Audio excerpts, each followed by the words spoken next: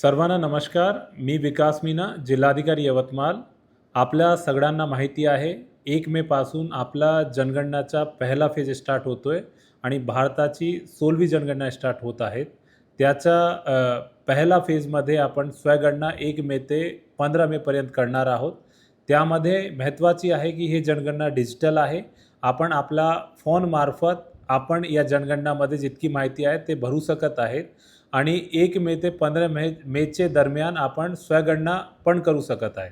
यामध्ये आपला जो जनगणनाचा पोर्टल आहे se.census.gov.in या पोर्टलवर आपण आपला स्वतःचा फोन नंबर टाकून त्याच्यानंतर जे OTP आला त्यामार्फत आपण याचा ॲक्सेस करू शकत आहेत. त्यामध्ये स्टार्टिंगमध्ये आपल्याला जिओ लोकेशन आहे ते आयडेंटिफाय करावं लागेल.